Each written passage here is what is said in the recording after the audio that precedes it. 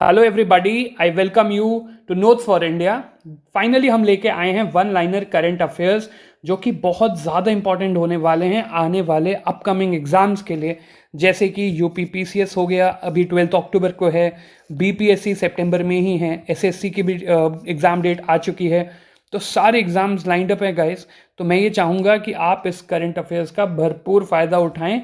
और before starting my lecture मैं ये बोलना चाहता हूँ कि अगर आपको इसका पीडीएफ चाहिए तो you can join our Telegram channel. उसका लिंक मैं डिस्क्रिप्शन में डाल दूंगा। एंड इसकी कॉस्ट बहुत ही कम रखी गई है, it's just 99 rupees.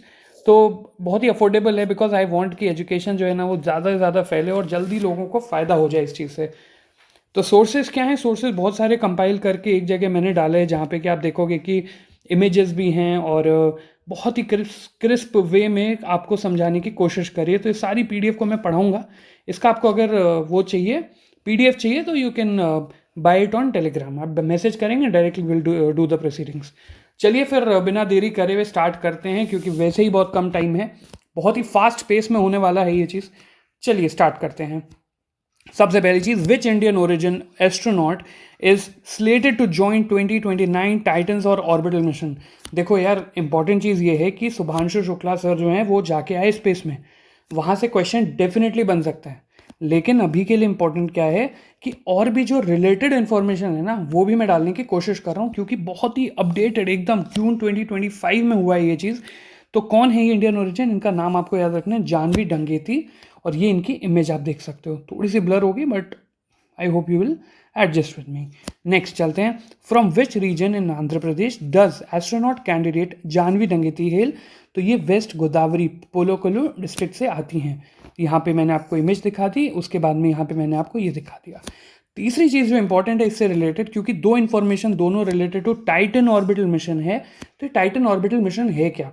Title orbital mission जो है वो 2029 में, अब यहाँ पे आप देखोगे तो यहाँ पे मैंने इन्फॉर्मेशन डाल रखी है कि टाइटन स्पेस ऑर्बिटल मिशन जो है वो 2029 में जाने वाला है, जो कि 5 आवर फ्लाइट अराउंड अर्थ होगा, ऑफर्स रफली 2 सनराइजेज एंड 2 सनसेट विद रफली 3 hours of continuous zero gravity.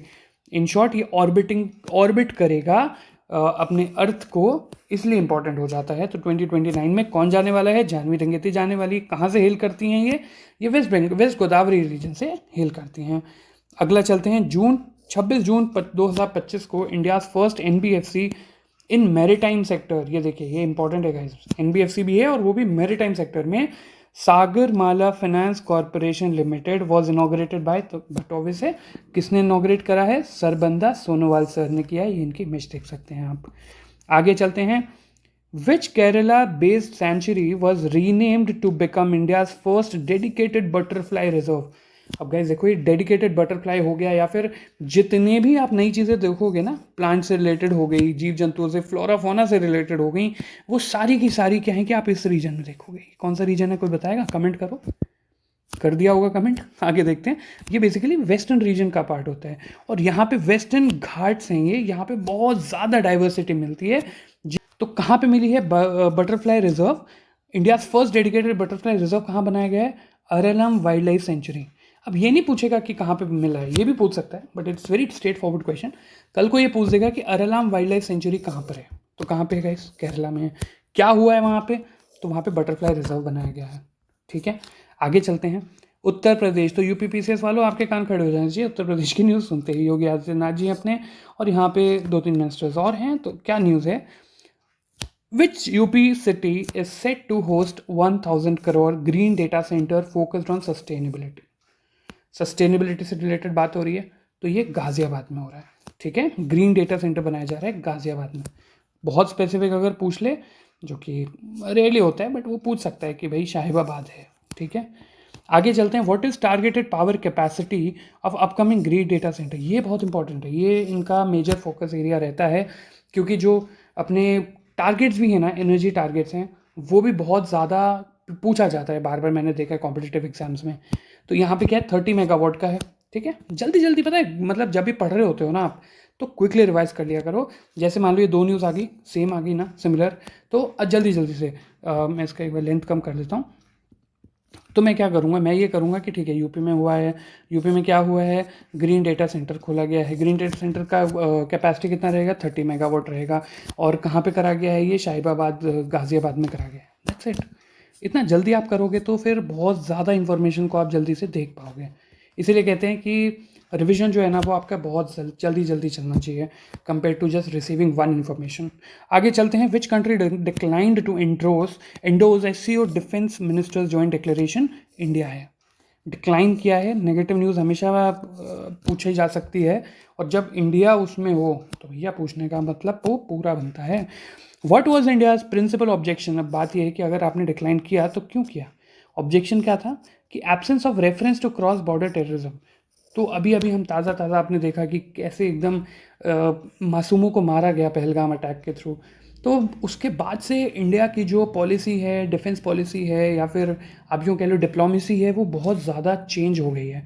जहाँ पे कि मेजरली फोकस आ गया है कि हमारा इंडिया का खुद का स्टैंड होना चाहिए। We will not be acting defensive but we will be focusing on offensive thing. तो इसलिए इंपॉर्टेंट हो जाता है। विच न्यू कंट्री, अब एस से रिलेटेड मैंने बोला कि अपन ने रिजेक्ट किया इंडिया ने, तो एस से रिलेटेड अगली न्यूज़ है कि which new country was formally inducted in S as a full member? तो बेलारूस है। ठीक है, नेक्स्ट चलते हैं। Which Indian athlete clinched javelin title at Ostrava Golden Spike 2025? अब यहाँ पे तीन इंपॉर्टेंट इन्फॉर्मेशन है। सबसे पहली चीज़, जैवलिन में कौन गया? नीरज चोपड़ा जी गए। कितना भाला फेंका उन्होंने? 85.29 मीटर्स का फेंका। तो क्या मिला उनको? कौन सा टाइटल मिला? Ostrava Golden Spike 2025। ठीक है। Which country hosted? तो ये बट ऑब्वियस है कहाँ पे हुआ था ये? चेक रिपब्लिक में हुआ था ये। अपने आप देख सकते हैं कि नीरज चोपड़ा जी हैं, और यहाँ पे चेक रिपब्लिक कंट्री है जो कि पोलैंड, जर्मनी, ऑस्ट्रिया, स्लोवाकिया उन सब के बीच में आती है। चेक रिपब्लिक की कैपिटल क्या है? पैराग्वे। ठीक है। तो इस तरीके से अपन एक बार के वन लाइनर्स कंप्लीट करें। यहाँ पे आपको बहुत ही छोटे वे में एक पेज कंप्लीट किया है मैंने। तो मैं ये बोलना चाहता हूँ कि अब आप बात आती है कि सर इसको फिर रिवाइज़ कैसे करेंगे। देखो, वैसे तो मैंने बहुत शॉर्ट बनाने की कोशिश करी है। जितना हो सकता है यहाँ से आपको क्वेश्चंस मिलेंगे, डेफिनेटली मिलेंगे, क्योंकि मेजरली क्या होता है ना, आप कोई भी कॉम्पिटेटिव एग्जाम देखोगे अदर देन यूपीएससी, क्योंकि यूपीएससी का तो आई कांट से, क्योंकि वहाँ पे तो क्या है कि अपने 1 से 1.5 ईयर्स तक के क्वेश्चंस पूछे जाते हैं। करंट अफेयर्स के आ जाते हैं veering between 1 to 1.5 years. But UP PCS हो गया, पर्टिकुलरली एसएससी हो गया, इनमें क्या होता है ना कि मेजरली लास्ट 6-7 मंथ के करंट पूछे जाते हैं। तो 6-7 मंथ के करंट अफेयर्स होते हैं, तो ये वहीं से ही कवर करें सारे, है ना। तो मैं ये बोलूँगा, नेक्स्ट टाइम जब भी आप इसको रिवाइज़ करोगे, या एक बार देखो, एक बार तो खुद से पढ़ना पड़ेगा वापस, उसमें तो कोई दो राय नहीं है। बट जब तुम नेक्स्ट टाइम इसको रिवाइज करोगे तो what you have to do, ये इसको कॉर्नल मेथड भी कहते हैं, या फिर एक एक्टिव रिकॉलिंग का मेथड मैं बता रहा हूँ। जैसे यहाँ पे देख रहे हो आप, क्वेश्चंस वगैरह हैं इस साइड में, तो ये बॉक्सेस बने हैं ना, तो आपने इस आंसर वाले बॉक्स को छुपा लेना है।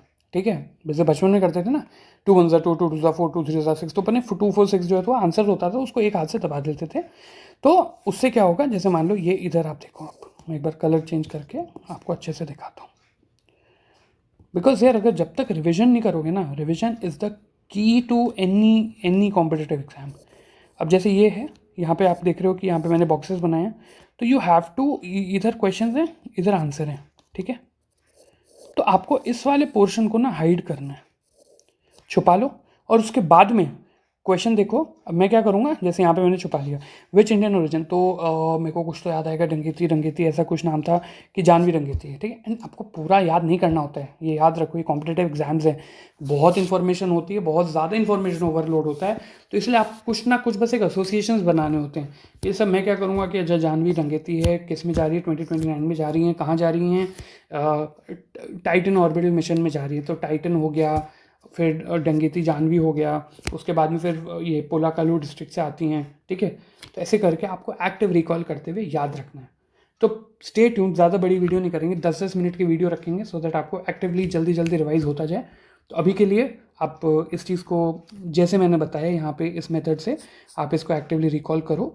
एंड आपको अगर कुछ भी प्रॉब्लम होती है, प्लीज़ कमेंट डाउन करना, सो दैट अपन एक लर्निंग वे में, पीयर लर्निंग की तरह इस चीज़ को लेके चले, सो दैट ज़्यादा जल्दी याद हो। चलो, thanks a lot guys, please don't forget to hit subscribe and press bell icon and make sure अगर आपको इसका PDF चाहिए दैट इज़ ओनली फॉर 99 में तो अपन कुछ भी खा के आ जाते हैं यार, मतलब सोचते भी नहीं। उससे क्या होगा कि आपको ये PDF मिल जाएगी, और एनोटेटेड PDF चाहिए तो भी आप मुझे बता सकते हो, मैं तो बोलूँगा कि आपको मेजरली ऐसे ही करना चाहिए नॉर्मल PDF के through. So join the Telegram channel and we will do the future lectures, अभी जल्दी जल्दी अपन कवर करेंगे, ठीक है? तब तक के लिए आप इसको रिवाइज करो। Thank you.